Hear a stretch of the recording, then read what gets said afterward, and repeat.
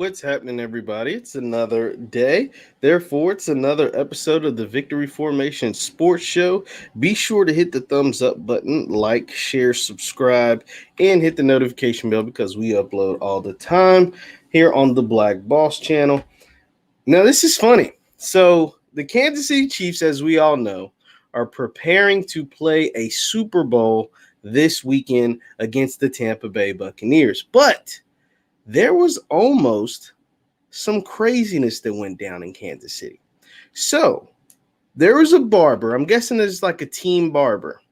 He was cutting at the facility in Kansas City, and he was scheduled to cut 20 players' heads on Saturday before the big game on Sunday. Well, it turns out that barber had COVID. Yes, he had COVID. And so the barber had COVID, and he was alerted that he tested positive for COVID-19 in the middle of a haircut. And not just in the middle of any, Jeff, in the middle of a haircut. Yes, in the middle of a haircut. And I'm going to show you what ended up happening. So he was cutting a man by the name of Daniel Kilgore. He's a backup player for the Chiefs. He was in the middle of cutting Daniel's hair. And this is so they alert the barber, and they're like, "Hey man, we just got your test back. You tested positive for COVID." He's in the middle of cutting the backup player Daniel Kilgore's head. This is what Daniel looked like. This is how they had to leave Daniel. Yes, just like that. Half a haircut. Now, Daniel was a good sport about it. He actually posted this picture as his profile picture on Twitter. As we see, he's got like half a buzz cut, half nothing.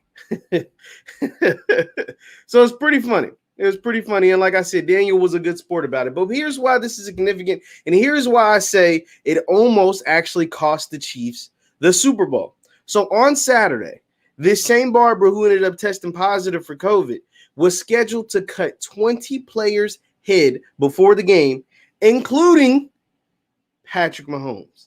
So just imagine, I've been thinking about this over the last 2 weeks, and, knock on wood, thank God it hasn't happened to either team.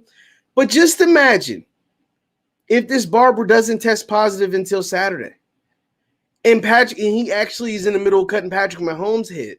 See, with Kilgore, he's going to be able to test negative 4 times in a row. As long as he tests negative 4 times in a row, he'll be able to play on Sunday. He's a backup player, so it might not be as significant, but it's still relevant. If the barber hadn't tested positive until Saturday, you have to produce 4 negative tests to make sure you can play on the big game on Sunday. Well, you wouldn't have been able to do that on Saturday.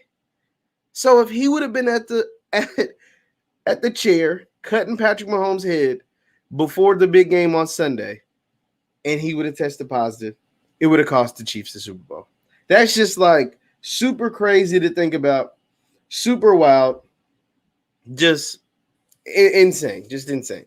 But anyway, moving forward, let's keep it going with the Chiefs in the Super Bowl. Chiefs versus Bucks. Be sure to hit the thumbs up button, like, share, subscribe, and leave your comments because we're going to be really interactive this episode as always. So the Chiefs and the Bucks will play for Super Bowl 55 this weekend. By the way, leave your comments if you're excited about the halftime show. I know a lot of people, it's so crazy the disparities between people that watch the Super Bowl as opposed to like the conference championships. Because think about it, the conference championships get around 40 million, between 40 and 45 million people watch the conference championship games, right? But the Super Bowl is a big deal. Like the conference championship games is a thing, but the Super Bowl is a whole different class of its own. The Super Bowl gets over 100 million viewers. 100 million viewers.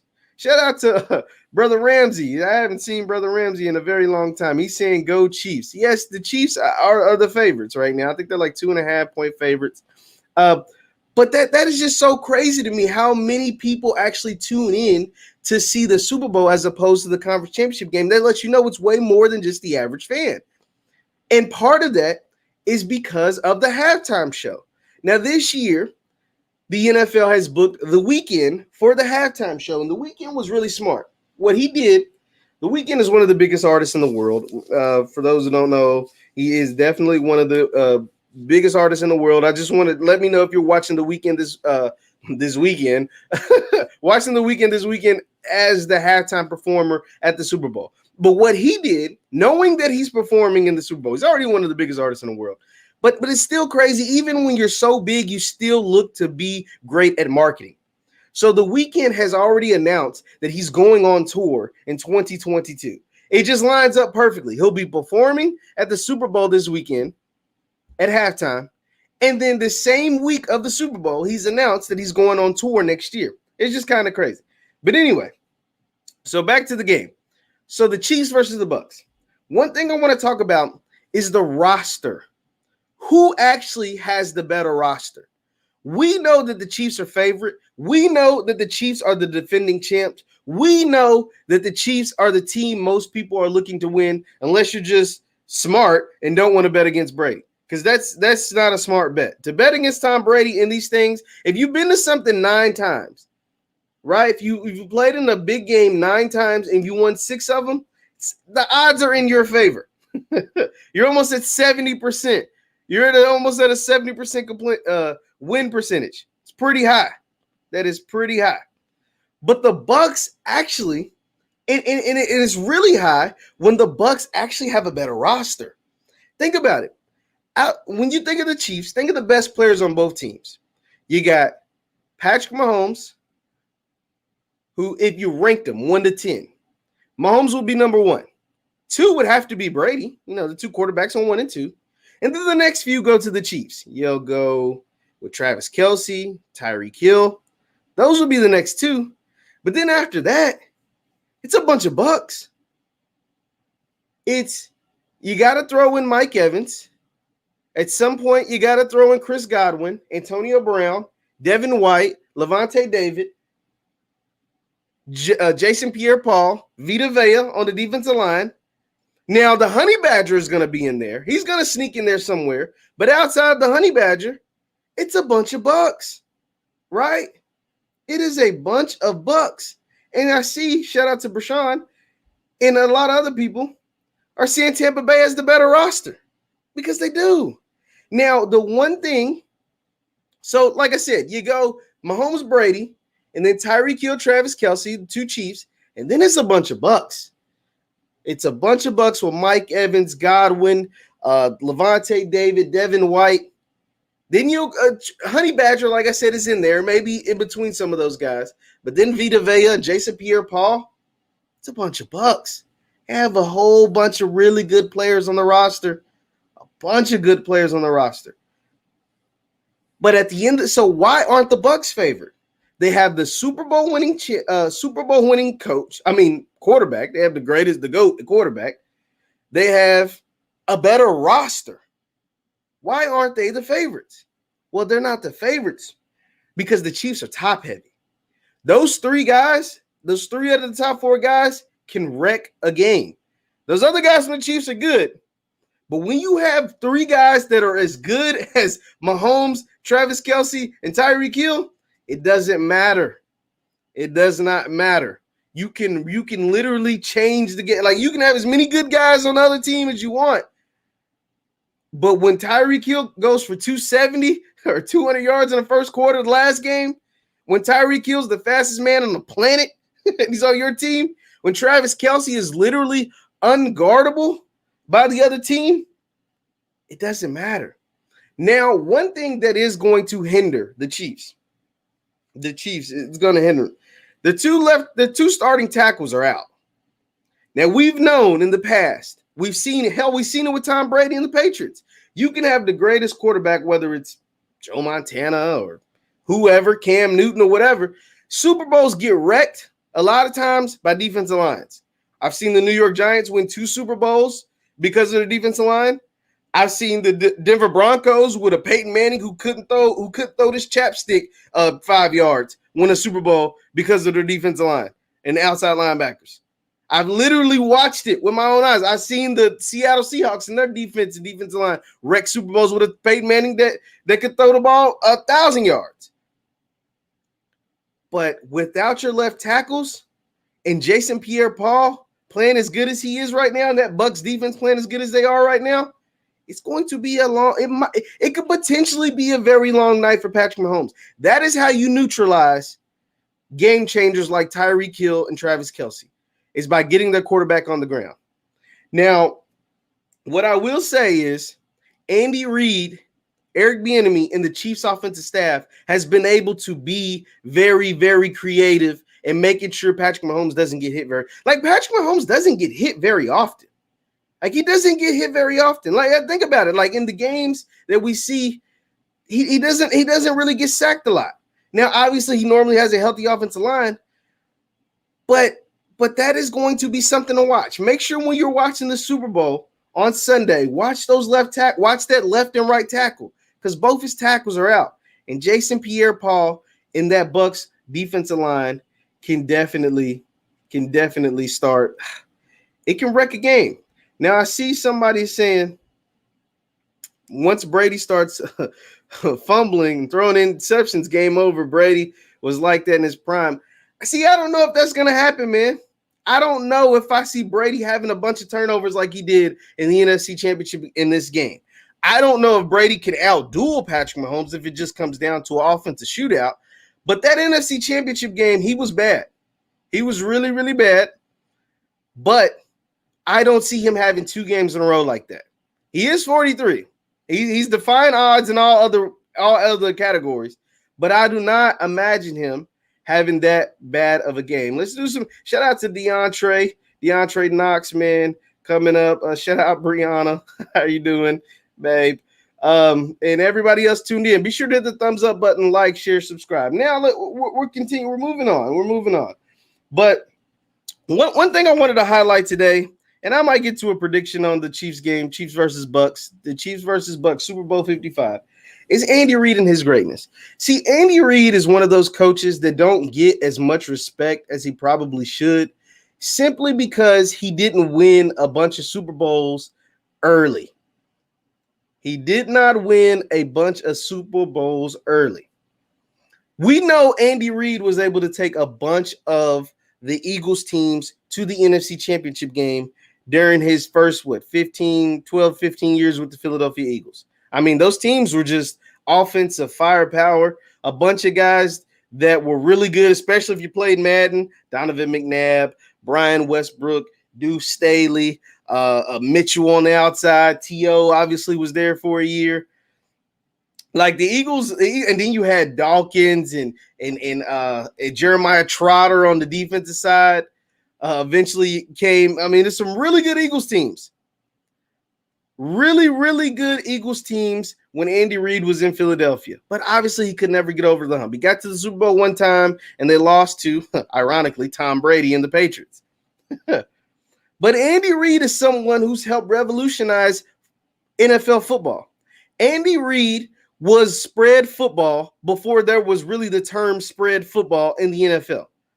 Andy Reid was someone that saw a third down and like 3rd and 3 or 3rd and 1 and saw it was a passing down. Andy Reid was one of those people. He was like Sean McVay and Lincoln Riley and all these guys that are like young and up and coming before they ever were. He was them before them. He just didn't have the look. Like these guys like got high cheekbones and look like they work out all the time and are, date supermodels and stuff. And Andy Reid was like 6'5" or 6. Andy Reid's like 6'3", like 300 something pounds and loves to eat cheeseburgers. So he wasn't as marketable as those guys. But this man is really an all-time great. This man is literally in the top 10 of wins. He's in the top 10 of playoff wins. And now he has a Super Bowl. But the one thing he was always missing that a lot of these great teams always had, whether it was the Steelers winning 2 Super Bowls during Reid's time, whether it was the Patriots winning all the Super Bowls they won during Reid's time, whether it was all these different teams that won Super Bowls, the Colts with Peyton Manning and then Denver with Peyton Manning and whatever, is they always had an elite quarterback. No disrespect to Donovan McNabb. He was a good quarterback. He was really good, especially, like I said, if you played Madden growing up. But he wasn't elite. Donovan McNabb wasn't Aaron Rodgers, wasn't Brett Favre, he wasn't Tom Brady, he wasn't Peyton Manning, he wasn't these guys. He wasn't even some of these guys we're seeing in the league right now. It wasn't Lamar Jackson. He wasn't, you know what I mean? Like he wasn't as talented as these guys we're seeing right now, or even the guys that he played against. That matters. And Andy Reid didn't get a quarterback that was that talented till he got Patrick Mahomes. Now I see a comment that says, I honestly believe Andy had plenty of respect on his name. It's just the fact that he's a good coach and offensive mind. And when the chips weren't in, he owed Mahomes. I mean, yeah. But think about every dynasty, every like great, especially for a long period of time, the dynasties. They all owe their quarterbacks. Whether it was the 49ers in the 80s, had Joe Montana that led into Steve Young. Whether it was the Dallas Cowboys in the 90s, had Troy Aikman, who was like the perfect quarterback. His stats aren't crazy, especially like the guys now, but he was like the perfect quarterback, especially of the 90s. Like he's the perfect style quarterback. It's Peyton Manning in Indianapolis. It's Tom Brady in New England. It was Ben Roethlisberger in Pittsburgh. Like Andy Reid never had that type of talent until now. And what's so crazy about Mahomes, the Mahomes, Andy Reid, like the Mahomes, Andy Reid dynamic, is that Andy Reid had a quarterback that wasn't bad. Think about when Mahomes got drafted. Think about the Chiefs. The Chiefs were in the playoffs that year. The Chiefs really should have won a couple playoff games that year. I think it was the year that the Colts came back and beat them. And the Chiefs had like the number 27 pick. And they were like, hey, we can't win a Super Bowl with this guy. Like we're stuck. We've plateaued. We've reached our peak. Like there's nowhere else for us to go, at least with this guy as our quarterback. So what are we going to do? We're going to make a move. We're going to go from 27 to pick number 10 and draft a kid who we think is the most talented kid in this draft. He had the potential. He was just very raw, crazy arm, but very raw and hadn't won a bunch in college. They said, we're going to take him because he has the most upside. Athletic ability, he was drafted in baseball. He can run around. Best arm in the draft. And we're going to take him and we're going to sit him for a year and we're going to let him learn our offense and he's going to take us to heights that we haven't been to yet. Now, did they probably think it was going to be this fast? Rookie year throwing 50 touchdowns in the AFC. Well, his first year starting, 50 touchdowns AFC Championship game? Probably not. Second year, first year starting, 50 touchdowns, NFL MVP, offsides away from the Super Bowl. Go all the way to the AFC Championship game. Second year, you win the Super Bowl. Third year, you're for a chance to repeat. Did they think he would expedite the process this fast? Maybe they did. I don't know.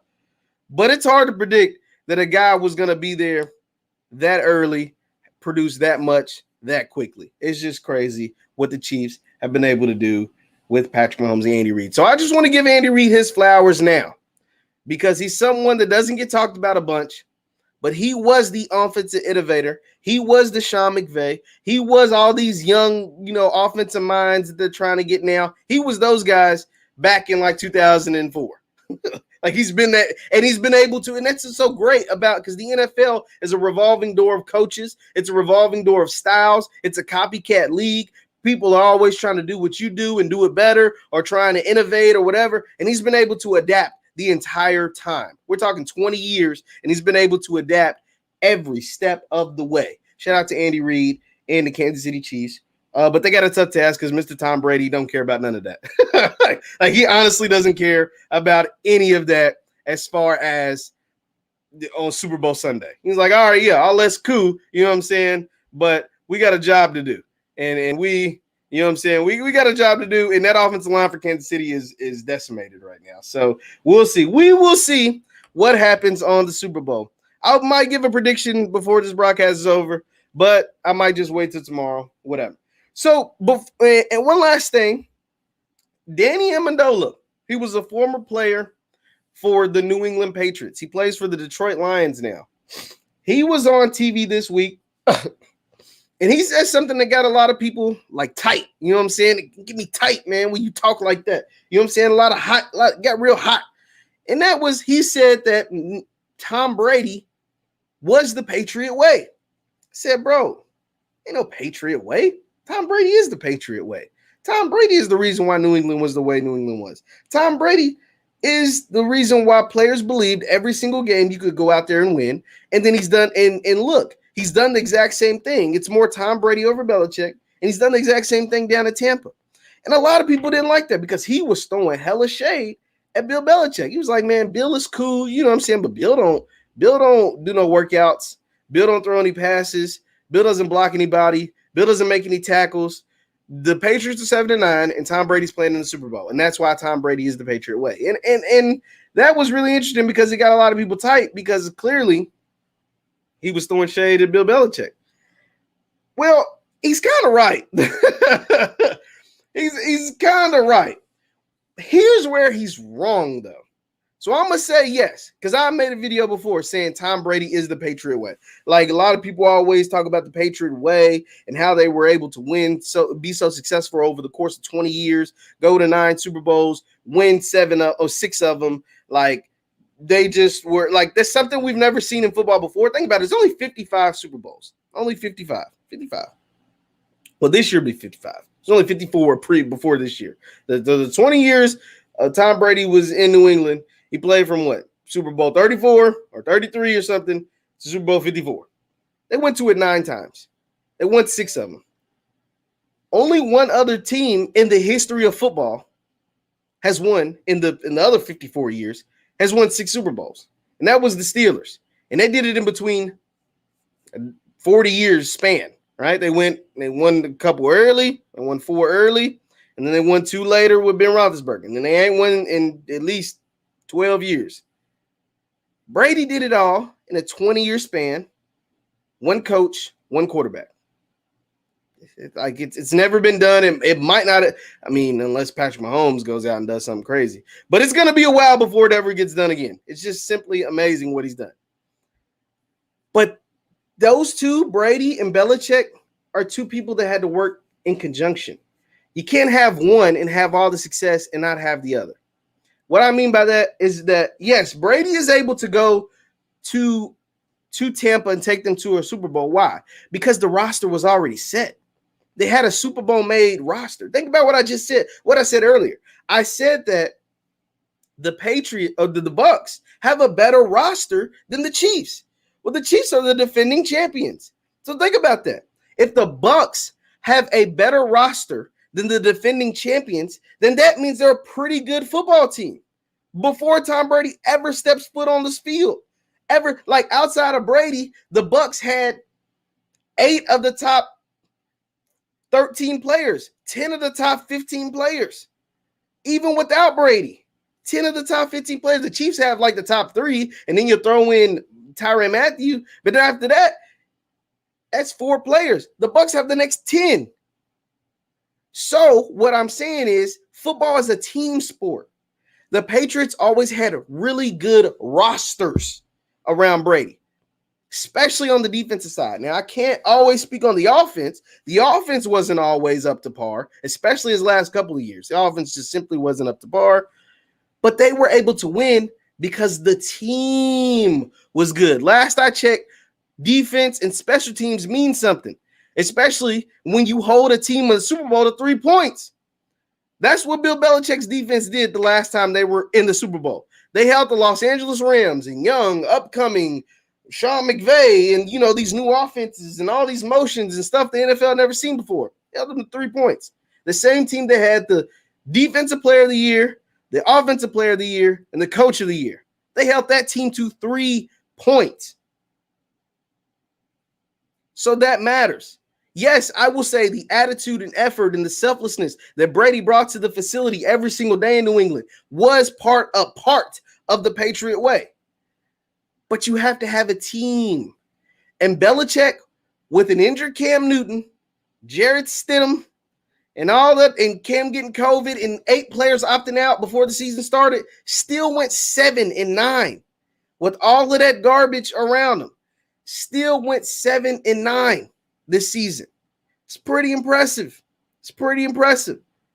Now, where Belichick never cut himself, or never helped himself, and never helped Brady was the fact that he was the GM. Now, on defense, he could make things happen. He would find like little free agents. He would find guys late in the draft that we had never heard of that made plays like Malcolm Butler. And he would go out and he signed a good player. He'd always sign a really good corner. Darrell Revis, Stephon Gilmore. He always had Ty Law. Like, he always had a really good, like at least one really, really good corner. And then he would find players on defense. Cal Van Noy. You know, guys that like, well, who is this guy? But they would make plays and timely plays. But on offense, him, Brady, and Josh McDaniels just went to work. It didn't matter who was on that side of the ball. When Gronk was healthy, they'd have a healthy Gronk. But we're going to make Danny Amendola a star. We're going to have people saying Julian Edelman decides to be should be in the Hall of Fame. And if you get us some real weapons, like, say what you want about them, but Aaron Hernandez and a Randy Moss and a Gronk, and we're going to make a whole lot of noise. That's what but that's in conjunction with each other. It's not just one person pulling everything and the other person just riding the coattails. Tom Brady, I will agree. He was the Patriot way, but so was Bill Belichick. They worked together. They were in symmetry. They were in conjunction. So somebody says, the Saints? Nah, man, the Saints, it's time to move off Drew Brees. It's time for Brees to retire to the broadcast booth, and you'll have a better chance next year at being in the Super Bowl. Maybe not if Jameis is your quarterback. I don't know. If Jameis can cut down on the interceptions, like at least get it to half, it's not, you might have a chance. But if Jameis plays reckless like he did back in Tampa, which hopefully a year with Breeze and under Sean Payton and all of that stuff helped him out a lot.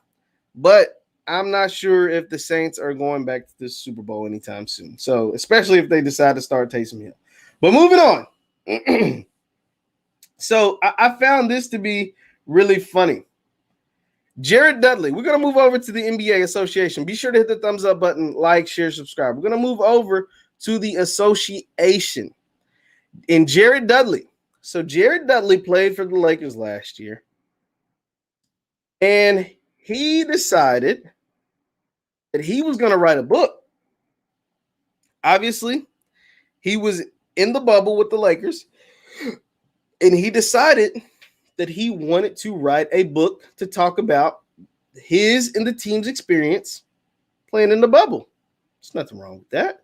It's actually kind of unique because the bubble is like a once-in-a-lifetime thing.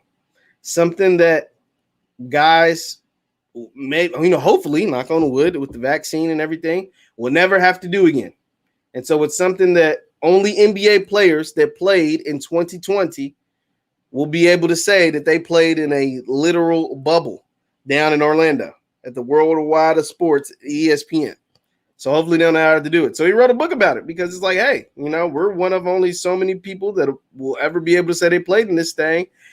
And he had some interesting things to say in his new book about the rivalry between the Clippers and the Lakers last year. And so this is a quote from Jared, because in the new book, he had some interesting things to say about Kawhi Leonard and particularly Paul George. This is a quote from Jared Dudley from out of his book. Be sure to hit the thumbs up button. We hear some of those guys talking about how they're the team to beat in LA. Dudley and co-author Carvel Wallace wrote in their 42-page book, Inside the NBA Bubble, A Champion Season Under Quarantine, released this week. This is another quote. It's fine if Kawhi Leonard says stuff like that. He's a defending champion. We don't trip if someone like Patrick Beverley is talking trash. That's how he feeds his family. We get it. We respect the hustle.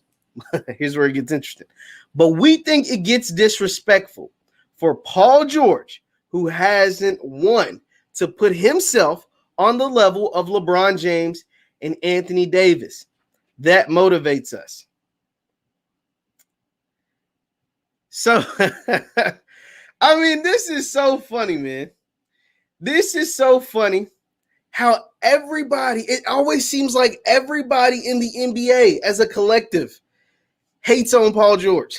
like, leave your thoughts in the chat.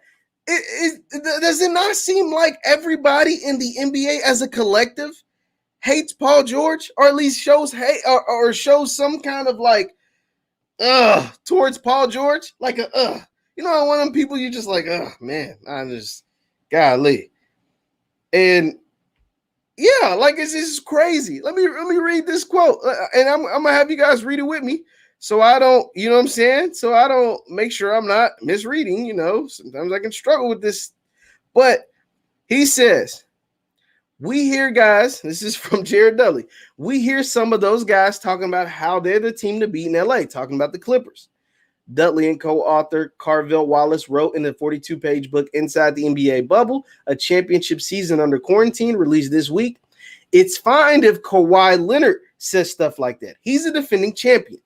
We don't trip if someone like Patrick Beverley is talking trash. That's how he feeds his family. Basically saying Beverley ain't that good on the court, so he got to create some kind of edge because he's not as talented as some of those guys, and that's true. Like, that's how he feeds his family. I get it. Like, we respect it. We respect the hustle. But we think, we as in, he's saying him, the Lakers, LeBron James in particular, Anthony Davis, because he's going to say their names, but we think it's disrespectful for Paul George, who hasn't won anything, to put himself on the level of LeBron James and Anthony Davis. This motivates us. Wow. Wow. That is actually hilarious. That is quite hilarious. Leave your thoughts in the chat.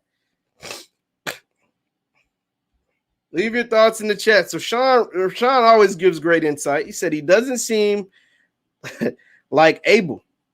Just look at his current and past teammates. None of them seem to really love Paul George either. Some call him just unlikable. Yeah, so yeah, this goes back to my thing where about people that just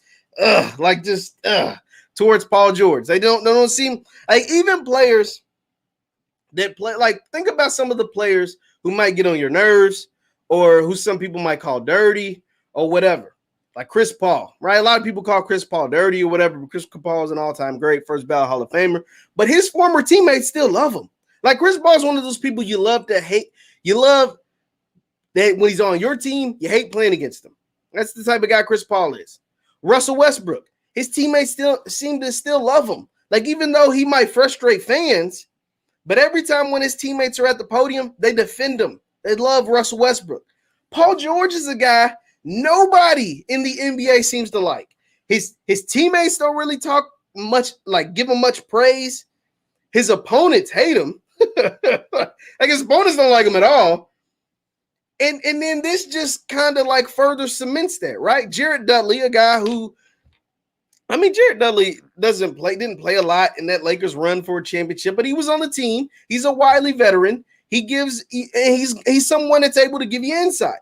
LeBron's not going to come out here and write a book talking about how Paul George motivated me by talking trash. Anthony Davis is not going to come out here and write a book talking about how, you know what I'm saying, Paul George motivated him because he was talking trash and stuff. It takes somebody like Jared Dudley to give that perspective, because he was someone that saw it. He was someone that was in the locker room. He wasn't playing the games, but he observed the game, and he was there every step of the way. Every step that LeBron took with the Lakers, Jared Dudley, ironically, happened to take the same steps. He didn't play the same minutes. He didn't have the same impact, but he was there every step of the way, from the regular season to the shutdown to the bubble. He was all there. So he has great perspective on this kind of thing. He has great perspective on this kind of thing. And it's funny to see him talk about it. Because think about it. If Paul George is talking trash and you're LeBron James, of course you're going to find it disrespectful. Who is Paul George? like at the end of the day, Paul George is a really, really good regular season player. But who is Paul George? Like, what has he really done in his NBA career, especially when it comes to LeBron James? Paul George's best years in the playoffs came in Indiana. And Paul George in Indiana used to get knocked out every single year by who? Miami Heat. LeBron James. Every single year. They gave him some battles. Lance Stevenson, David West, when Danny Granger was healthy, and then the emergence of Paul George. Like they gave him some what's the guy? George Hill. They gave him some battles, but they never beat him. They never really came close. Like they gave him some battles, they made it interesting, but did we ever really think the Indiana Pacers were gonna beat the Miami Heat? No. Said, man, that dynamic last year, I knew it. I wasn't going to work him. Yeah, Doc's pass. I knew it wasn't going to work. Yeah, and that's the thing. You talk all this trash, you say all this stuff, and you don't even make it to the Lakers. Shout out to Damo. You don't even make it to play the Lakers. That's what makes it even worse. Like, what? You saying all of this and you don't even make it to play LA? Like, how do you talk all of this trash, say you the king of LA, say you the best team in LA, you know, only is a championship, blah, blah, blah.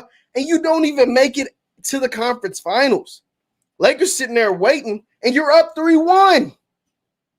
So, of course, hindsight is 50-50. If was a fifth, I'd be drunk, right? If. But if the Lakers play the Clippers and lose, obviously Jared Dudley doesn't get to write this book. Even though it's only 42 pages, he doesn't get to write this 42 pages because he doesn't have a championship season. But you can't talk trash and not make it. You can't talk trash and not make it.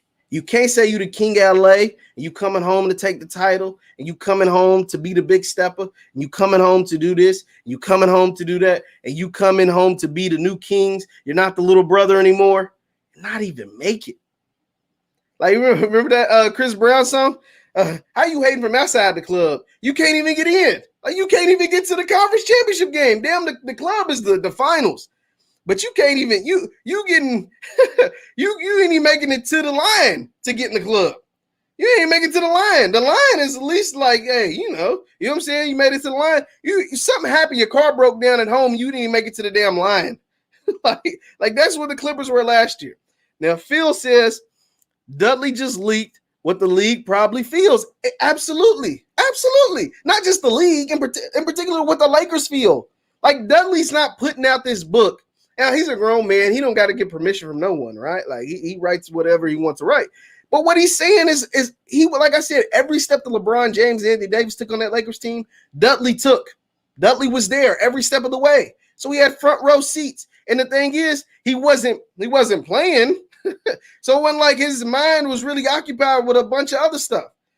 So he was able to really soak it all in. He was right there on the bench. He was able to soak everything in. He obviously helped his teammates prepare for the games and get ready to play in the playoff games and win the championship. But he had a front row seat to all of this. So he knows how Paul George was able to motivate him or motivate his team, motivate AD and LeBron. He knows it. He saw it. He was right there. Dudley just leaking what the league probably feels. He didn't say PG was trash, but he basically saying, come on, man, you're not that dude. Exactly. You're not that dude. You're not that dude. Listen to DeRozan. This is We the People. Shout out to We the People. Listen to DeRozan speak about Bron. Gives him a ton of respect because he used to send him home in Toronto. Absolutely. I mean, you can't do nothing but give. And that's probably how LeBron feels like Paul George should speak about him, right? LeBron used to send Paul, before he was sending DeRozan home every year, he was sending Paul George and the Pacers home every year. So LeBron didn't start sending the Toronto Raptors home every year until he got to Cleveland. Got to Cleveland, and that was his new, little brother. That was the team in the East he got to beat up on, because you got to remember, LeBron literally made the finals 8 straight years in the Eastern Conference. So for 8 years, no matter what team you were on in the Eastern Conference, you knew you were not making it to the championship game. Why? Because you knew you were going to lose to LeBron James and either the Miami Heat or LeBron James and the Cleveland Cavaliers. So LeBron probably feels like Paul George should be more humble when speaking about who's the best team in LA. Him and AD probably felt like Paul George should have took a seat at the throne, kissed the ring. We're the team in LA. And once he didn't, he took that as motivation. And the thing is, LeBron James really doesn't need any more motivation. People in the media give him enough motivation. But when you're playing at that high of a level, when you're that type of player, when you're that dude, you're looking for any and every edge to try to get you and your team, to try to make you and your team better. And that's what LeBron did with this Paul George thing, it sounds like, just according to Jared Dudley, the snippet from his book. People don't even know PG and Doc's daughter dated, and PG cheated on her. That's funny because a lot of people don't know that. So okay, so like, let's do this. Since Damo brought it up, let me just give a little story about what he's talking about. So Paul George used to date Doc Rivers' daughter. Doc Rivers' daughter is now married to Seth Curry. So anyway, Paul George dated Doc Rivers' daughter. They dated, but he cheated on her with, I think, a girl that was a stripper. Pretty sure she was a stripper. And he got the girl pregnant. This is like diving into like a deep range. But anyway, he got the girl pregnant. And Doc, obviously, and his daughter found out. They broke up. Got the girl pregnant. And now Paul George is either married or that's his fiance. What Damo's saying, his fiance is that former stripper. And they have a kid together, obviously. So now Paul George is on the team, coached by Doc, which is probably kind of weird. And Paul George and Seth Curry hate each other because Seth Curry is now married to Paul George's former girlfriend that he cheated on. So that's a whole crazy story. Like, that is like a crazy story. Like that, all of that as well. But yeah, she was a stripper. Okay, so we got some confirmation by shout out to Monche and Mark. She was a stripper. Okay, so yeah, my boys are telling me she was a stripper. Yeah, I was pretty sure I did a video about that like years ago, like 5 years ago, about how he got a stripper pregnant. And I don't want to get too messy, but it was reported way back in the day, allegedly, that he was like offering her $1 million to get an abortion. Allegedly, that's really crazy, some crazy stuff. But anyway, let's continue to move on. But yeah, so that's what happened with Paul George and Doc. Like that whole dynamic, everything on that team was wild. Montrezl Harrell felt like he should have been playing more and getting more touches, and he wasn't. And yeah, all of that wild stuff was happening on that same clip, all on the one Clippers team. You had Kawhi, who doesn't talk, Paul George and Doc, that weird dynamic.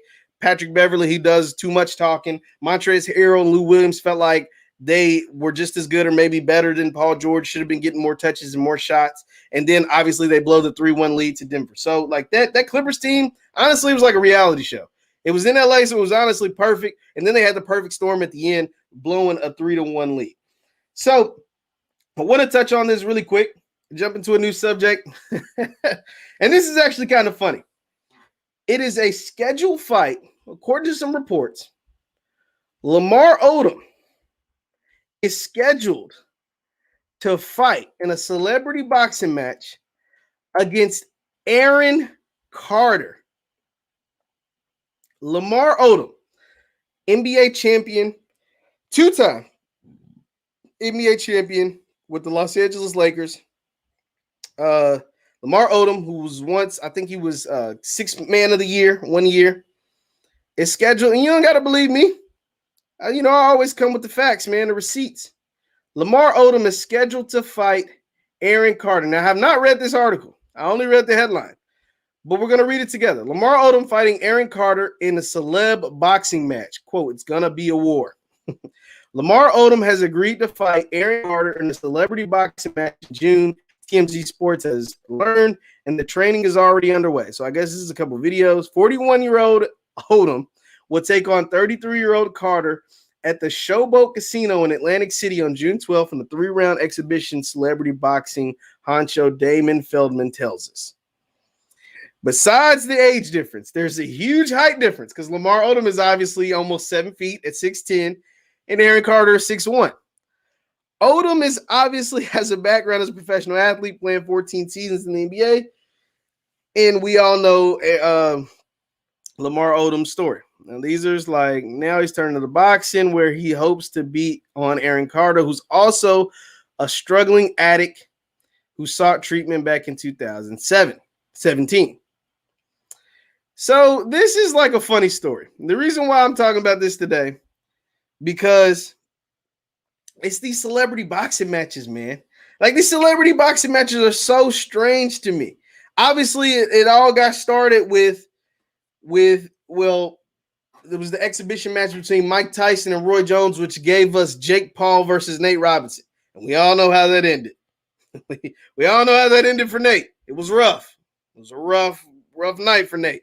Got knocked down twice and knocked out once. Code, a meme that circled around the world. I think the only meme in recently that got used more than Nate Robinson was the Bernie Sanders mittens. That's the only meme that got used more than Nate Robinson. Nate Robinson was the most circulated meme in the last 6 months up until Bernie Sanders at the inauguration. But so because of that, it has sparked interest in seeing athletes or former athletes and celebrities fight each other. Or celebrities, I put an air quote around that. To fight each other. It's like sparked this interest. We want to see people that we either grew up watching, grew up rooting for, or grew up hating or whatever, fight other people we grew up rooting for, grew up hating. And so now we've got this weird dynamic between Aaron Carter, who was a pop artist back in the turn of the century, the early 2000s, the late 90s, early 2000s, versus a 6'11" former basketball player, Lamar Odom. Like that is like the weirdest thing I've ever heard. The only commonality between these two guys is that they both used to be drug addicts. I'm glad both of them seem to be in a better spot, but like our fascination with seeing fighting, like fighting as a sport is something that is just huge in the United States. Obviously, it used to be boxing way back in the day, you know, with guys like my guy over my shoulder, Ali, and, you know, all the big time fighters. And now it's UFC. We watched Conor McGregor a couple weeks ago get knocked out. We're just violent as a people, America. It's just crazy. And so now we want to see Lamar Odom, old self Lamar Odom, fight Aaron Carter. I don't know about y'all. I'm probably not tuning into that, but it's interesting to say the least. And let's not forget, and Sean brings up, shout out to Sean, man. He brings up a good thing. It really started before it started with Floyd and McGregor, because even though the reason why I might disagree with that, but let's read Sean's comment. It honestly started with Mayweather McGregor. They saw that it can be done with two big names in the ring, and even with a clear mismatch, people don't care. That's absolutely true. And it's crazy which one the mismatch is on, because with Nate, we thought him, well, at least me, I thought him being the former professional athlete, he'd be the mismatch, and Jake Paul actually was really the mismatch, because Jake Paul had really been training, and Jake Paul really wants to be a boxer. People don't care. They just want to see people they know fighting much more than what they see people they don't know, even with unknown people are good fighters. No. That's absolutely true. This Aaron Carter, Lamar Odom thing, though, is like super random. But it seems to have an audience. People, why do they create these celebrity boxing matches? Because they know people will buy it. They know people will tune in. They know people will pay to watch these guys fight, right? Whether you're paying to see two guys who used to, be fans of, whether you were a fan of Aaron Carter and his music, or a fan of Lamar Odom winning championships with Kobe, the nostalgia, or if you're just curious to see how two former addicts look in a fight. And then with the size difference, you're wondering if the little guy can knock out the big dude, or if the big dude, former professional athlete, is going to pummel the little guy. It's like a bunch of dynamics that are there to tune into, or reasons to tune in. So that's all I have for today, guys. It's been another great show. We covered a lot. We covered the Super Bowl, which I'll give my prediction tomorrow. We covered Jared Dudley in his book. We covered the hate for Paul George. One last thing before we go. Be sure to hit the thumbs up button, like, share, subscribe. I want to talk about the Utah Jazz. So the Utah Jazz have the best record in the Western Conference. They have 16 wins. They have 5 losses. They're 1 game above, or half a game above, the Los Angeles Clippers, the number 1 in the West. And the number 1, if like the league ended today, they'd be the number 1 seed overall in both conferences. Utah Jazz. And somebody in particular is taking credit for the success of the Utah Jazz. Not a player on the team. It's actually Shaq. Think about it. Shaq, a couple weeks ago, remember, had that kind of weird exchange between him and Donovan Mitchell? He was like, man, I don't think you're good enough to win a championship. I don't think you could lead a team to a championship. And Donovan kind of looked like he was about to cry. Like Donovan's feelings was hurt at the beginning. And then he went on to say, Shaq, people have been doubting me my whole life and all of that stuff. And then even, a couple weeks or maybe a month before that, Shaq was bullying Rudy Gobert. Said, man, how do you, any guy that's 7 foot, anybody can get a $200 million contract in the NBA nowadays. Because Rudy Gobert signed for $200 from Utah and only averages 15 points a game. Hey, you know what I'm saying? Utah got money, they got to spend it. And so Shaq has really been look like he's been a hater of the Jazz and what they've had going on recently. And he's saying all of that was strategic. He's saying all of that was for motivational purposes only. It wasn't he wasn't hating to just hate. He was hating to motivate. And he's saying that has helped the Jazz and the reason why they're playing some of the best basketball in the NBA. And he goes on to say, you're welcome. He actually tells the Jazz, you're welcome. Said, you are the best team in the NBA record-wise because of me. I am taking credit for that because look how well Donovan's playing. He's having a career year, averaging career best in points, almost like 25 a game. You are having a career year, Rudy Gobert, because of me. I said you weren't worth $200 million. You're going out there trying to prove why you're worth $200 million. I said, Donovan, you aren't good enough to lead a team to a championship. And right now you have the best record in the league. And you are playing the best basketball of your career. You're welcome. Shaq basically said you're welcome to Donovan Mitchell, Rudy Gobert, and Utah Jazz fans for why they're so good. And I thought that was hilarious. Leave your thoughts in the chat, your comments on Shaq and his motivational skills, because with every person, there's different ways you can kind of motivate them. Like we all know this. Everybody gets motivated in different ways. Some people you have to take to the side, talk to them calmly, and be like, you know what I'm saying, get it together. Like, let's go. Come on, let's turn it up. And then, boom, they can do that. Some people you got to yell and scream at. Yell, scream, curse at, and then they get it. Like, talking to them calmly don't work. So you got to, like, yell and, like, hey, man, like, get it together. Like, let's go. Like, you know what I'm saying? And throw a few choice words in there. And then they finally, like, wake up. And then some folks, you don't got to say nothing. You just look at them. You just look at them, and they're like, oh, snap. Okay, I got it. My bad, y'all. I'm gonna turn it up now. It's time to get it going. And then boom, the light bulb just switches on. And so Shaq, I guess he's just using the same motivational tactic for everybody because obviously he's not on the team. He doesn't really care much about the Jazz. But he likes Donovan Mitchell clearly. Said he's one of his favorite players, and he wanted to motivate him. So his way of motivating, and D Wade could attest to, he said, I used to say the same stuff to D Wade.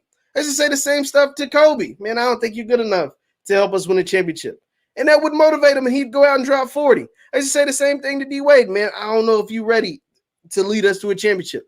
And D Wade had one of the best final performances in the history of basketball when they won the finals back in 2006. So now he's saying he used those same motivational tactics to get the Jazz and to get the Jazz where they are, to get Donovan Mitchell playing as good as he is, and get Rudy Gobert playing as good as he is. I don't know if it worked. I don't know if it'll work in the playoffs. It seems to be working right now. Leave your thoughts in the chat. Once again, I'm Jeff Lightsey Jr. with the Victory Formation Sports Show, the Black Boss channel. Be sure to hit the thumbs up button, like, share, subscribe. Thank you guys for tuning in, and I'll see you next time. Peace.